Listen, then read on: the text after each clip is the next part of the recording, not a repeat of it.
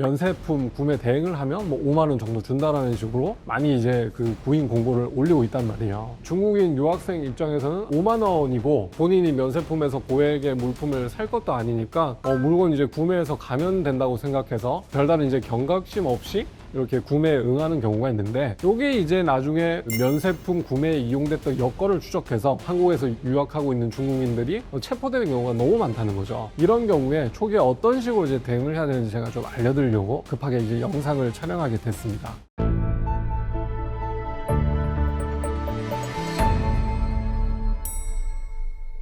네, 안녕하십니까 여러분. 여러분의 인생을 지켜드리는 인생 변호사, 검사 출신 배한진 변호사입니다. 중국에 있는 현지 콜센터 일당들이 한국의 보이스피싱 피해자들한테 연락을 해서 체받는 이제 보이스피싱은 굉장히 이제 흔한 범행 수법이죠.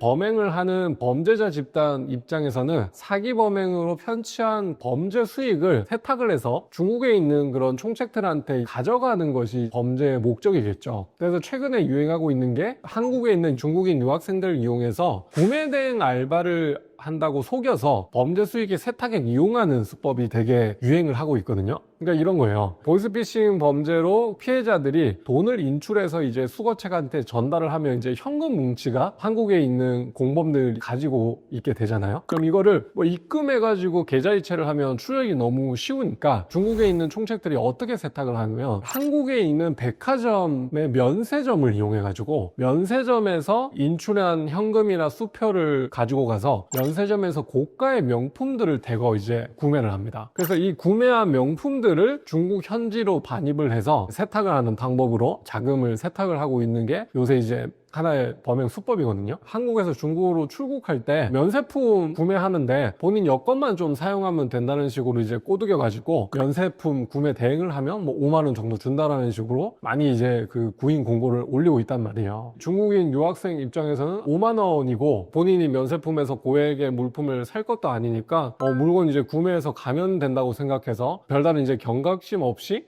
이렇게 구매에 응하는 경우가 있는데, 이게 이제 나중에 면세품 구매에 이용됐던 여건을 추적해서 한국에서 유학하고 있는 중국인들이 체포되는 경우가 너무 많다는 거죠. 이런 경우에 초기에 어떤 식으로 이제 대응을 해야 되는지 제가 좀 알려드리려고 급하게 이제 영상을 촬영하게 됐습니다. 일단 첫 번째로 유의하셔야 될 게, 경찰에서 이렇게 유학생들을 체포해가지고 조사를 받고 석방을 시켜주는 경우가 있어요. 유학생이 범죄 혐의가 없다고 해서 석방되는 경우도 있겠지만, 중국에 가족이 있고 한국에서 이제 성실하게 학교를 다니고 있으면 굳이 뭐 구속 상태에서 재판을 받을 필요가 없다라고 해서 석방을 해주는 경우가 많기 때문에 범죄 혐의가 없다, 그래서 수사 절차가 끝났다라고 생각하시면 안 됩니다. 사건이 끝난 줄 알고 넋놓고 있다가 검찰에 이제 송치됐다는 문자를 받고 부랴부랴 이제 상담을 오시는 분들이 많거든요. 근데 이제 그런 경우에는 경찰에서 이미 수사를 통해 가지고 이 사람이 보이스피싱 자금 세탁에 관여를 했다라고 인정이 돼서 검찰에 송치를 했다는 뜻이에요. 검사가 이제 언제든지 사건을 재판으로 넘겨버릴 수 있는 타이밍상으로 좀 늦은 시점이거든요. 그렇기 때문에 이런 시점에 검찰에서 범죄 혐의가 인정된다라고 해서 사건이 송치해서 접수받았다는 연락을 받았다라고 하면 경찰에서 이제 체포된 그때보다도 훨씬 더 신속하게 움직이셔야 되는 겁니다. 이런 경우에는 검찰에 신속하게 처분을 좀 잠시 보류해달라고 요청을 한 다음에, 본인이 정말로 몰랐다라고 하면 그 소명 자료,